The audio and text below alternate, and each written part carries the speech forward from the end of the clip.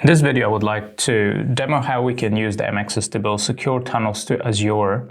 And from Azure, we would exit out to the internet for all the remote branches. So as you can see from the Azure environment, we will have a virtual MX to act as a VPN concentrator to tunnel all the traffic from the branches to it. And then in front of it, we will need some sort of gateway to perform netting and some routing to exit out to the internet. In this case, we're going to use Cisco traditional routers as a gateway. However, best practice is to use a firewall, something like virtual ASA. But for this demo, we're just going to use a Cisco router. The first thing we will do is to create a resource group, and we have to create a new resource group for the virtual MX because the one that will automatically get built, it's going to be locked, and we won't be able to change the routing or change subnetting. So when we go to the Azure portal, we go to create a new resource group, give it a name, and of course select the region for it. And then we hit review and create. So after creating the resource group, we will need to go ahead and have a virtual network attached to it. So we will add a new virtual network. We have to bind it to the group that we created and give it a name. Again, select the region. And then after that, we put the IP addressing. So we'll choose the range for this one to be 192.168.0.0/16. And then we'll add a subnet within that range for this virtual network. I'll just give it a name, which will be my virtual MX WAN. And the subnet will be 192.168.0.0/24. I'll just create that.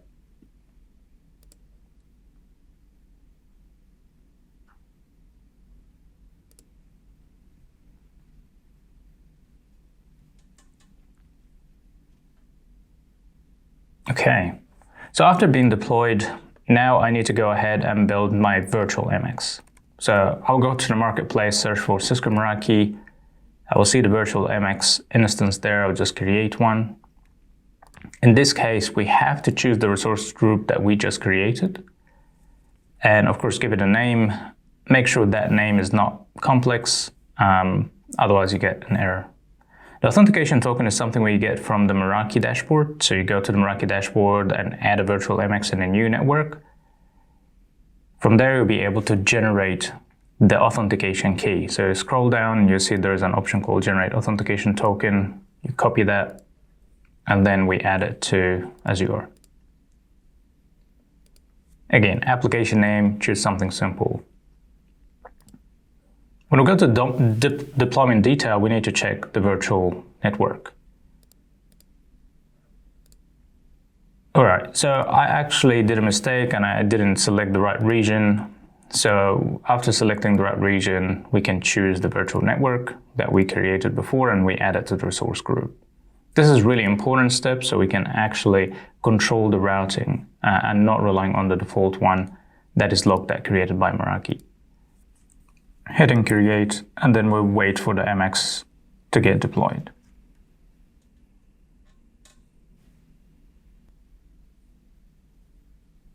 All right, so now the MX has been deployed successfully. I just want to go back, quickly check the resource groups. So when I hit resource groups, now I can see two different ones. The one we created, the one Meraki created. So if I click on the one that Meraki created, which is locked, I want to go to the NIC.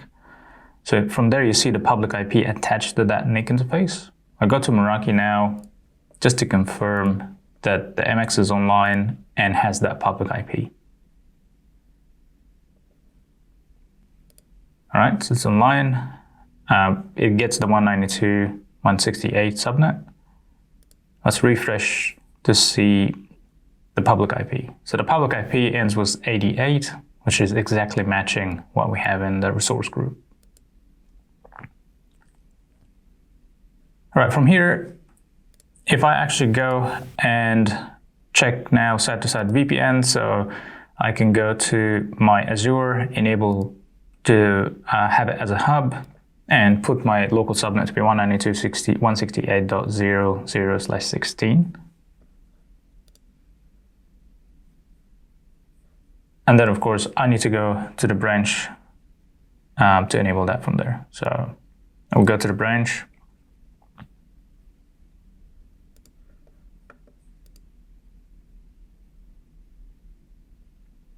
I will turn this one to be a hub as well. Make sure my local subnet is advertised. And now I can do some pings.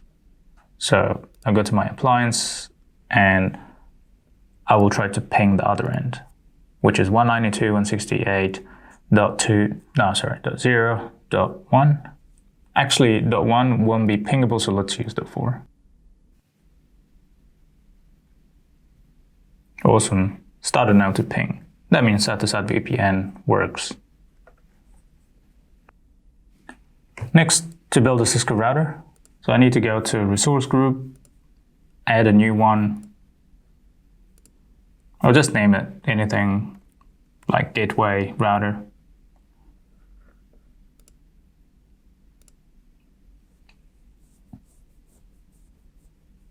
All right, after getting the resource group created, I need to go to create my Cisco router instance. So I'll search for it in the marketplace. And let's make sure that we actually use the one that has solution deployment.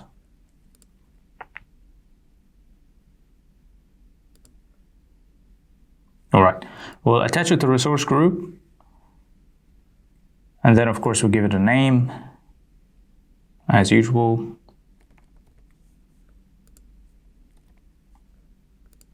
We'll just make sure also you have a username and password so we can actually log into it.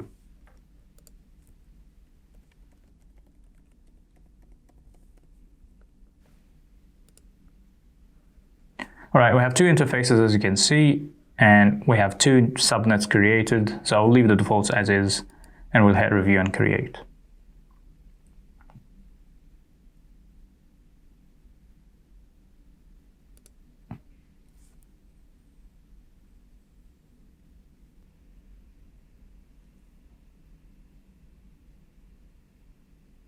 All right, so it's now being deployed.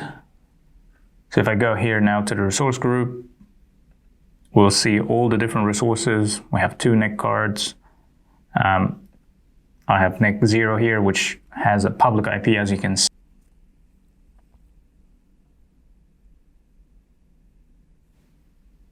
And now I'll try to SSH to it. So if I go to the virtual machine, I'll have an option to connect.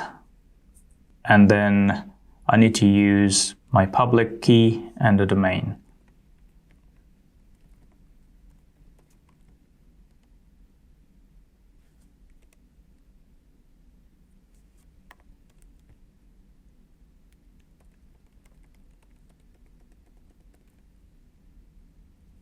All right, so good access. Now we have two interfaces. I will just name them. So one would be my WAN and gig 2 will be my LAN. So if I try to ping the internet, I should get access to the internet now. All right, so what we've done so far, we had two resource groups, one for the virtual MX that has its own public IP and had access to the internet from that IP. And we created another resource group that has the Cisco router. It has two virtual networks, one for the LAN, one for the WAN. And it has its own public IP attached to the WAN interface. So the next step from here, we will need to get the two virtual networks to talk to each other. So that's what we call peering. And then after that, we're gonna control the routing so we get the virtual MX to forward all traffic to the LAN side of the virtual router. And then we will let the virtual router do some netting to exit out to the internet. So let's do that. All right, if I go here now to the resource group, I just need to go to the virtual network of my virtual MX. And then there's an option called peering on the left side. And then we need to add it. So I need to actually peer from the virtual MX to the router. We'll give it a name, that meaningful. And then from the router, to the virtual MX. Then, of course, we need to choose the virtual network that we need to peer with. In this case, going to be the one we have for the Cisco router.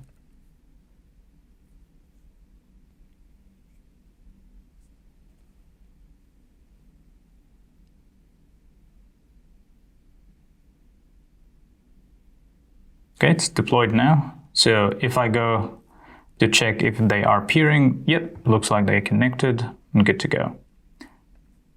So now from here, I need to create a routing table to my virtual MX, and I need to have a default route pointing to the virtual router. So I attach this routing table to my resource group for the virtual MX.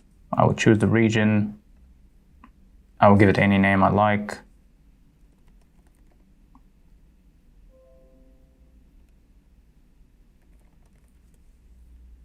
Then create.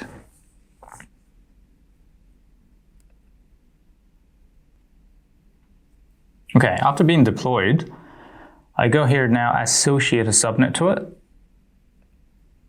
And this subnet should be my virtual MX IP or subnet. So I use the virtual network and then I use the subnet.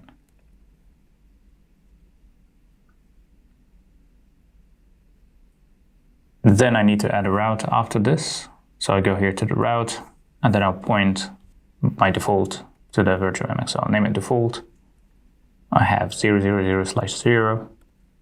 And then my next hop should be my LAN side of the router, 10.1.1.4.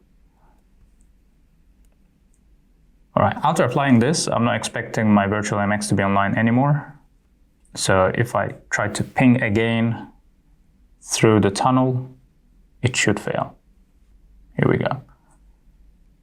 All right. Now, I need also to go to my Cisco router, and I go to the routing table of the Cisco router in Azure. I need to add a default route from my LAN pointing to the LAN side of that router. So I'll name it default as well. It's going to be 000/0.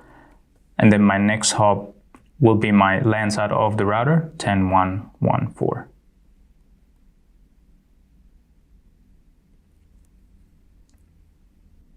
If I go to my router now and I check the routing table, I don't have a route back, so let's add it. So I will go for 192.168 subnet. Next hop will be my Azure route table, which is 10.1.1.1. I need to create the net rule. So I'll have an access list matching on the virtual MX IP.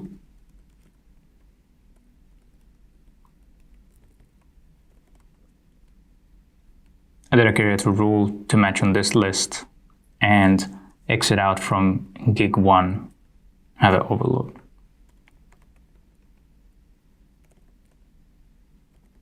Interface with gig 1 overload.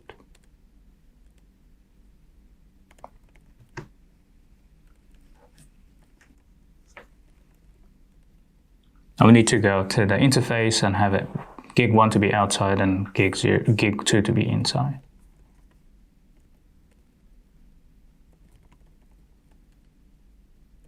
All right, if I check my net table, I hopefully see some hits there. Yep, we can see some hits now from the virtual MX. All right, the virtual MX back online. Now I need to check the IP. It should be different now because we changed the IP to be the one connected to the WAN of the MX, of the router. So now the IP has changed.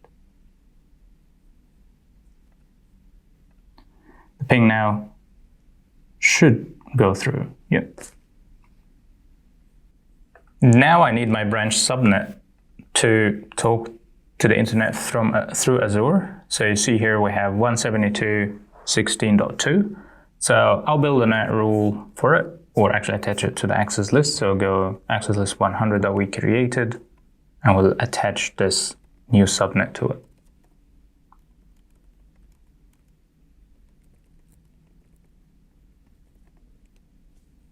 All right, so from the router perspective, the netting is supposed to be working. I will go here now to Site-to-Site VPN, change from hub to spoke, and have a full tunnel to Azure.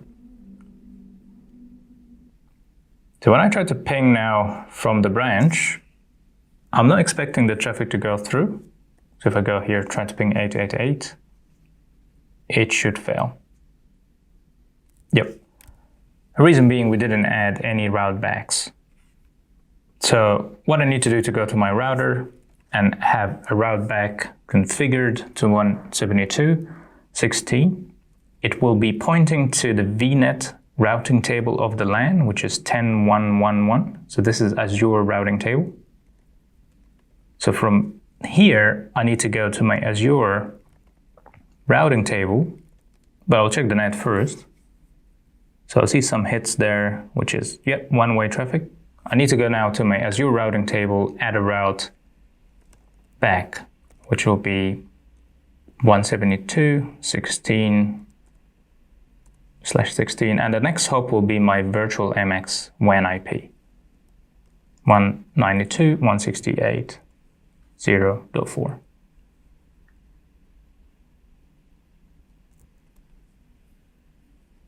All right, now we have all the routing in place. I'm expecting we'll be able to ping the internet.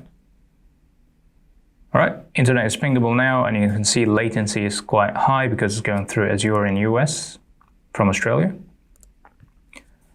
If I try to check my current IP address,